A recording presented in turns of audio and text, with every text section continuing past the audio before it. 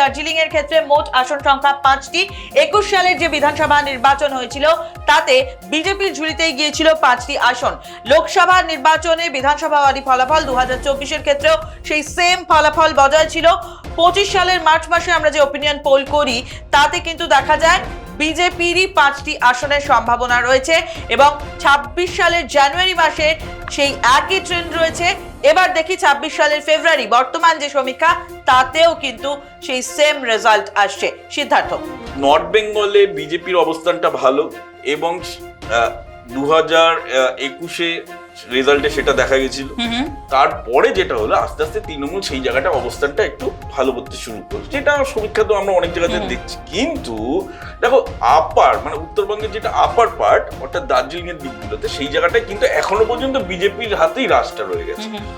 সেইটাই কিন্তু আমরা সমীক্ষাতে দেখছি। দেখো এই 5টি আসনের মধ্যে 21 সালের নির্বাচনে যেটা 5টি বিজেপির দখল ছিল, লোকসভাতেও হচ্ছে, বিধানসভা ওয়ারি তাই হলো, এবং আমাদের পরপর যে সমীক্ষার যে ট্রেন্ডগুলো তাই রয়েছে বিজেপির দিকেই রয়েছে।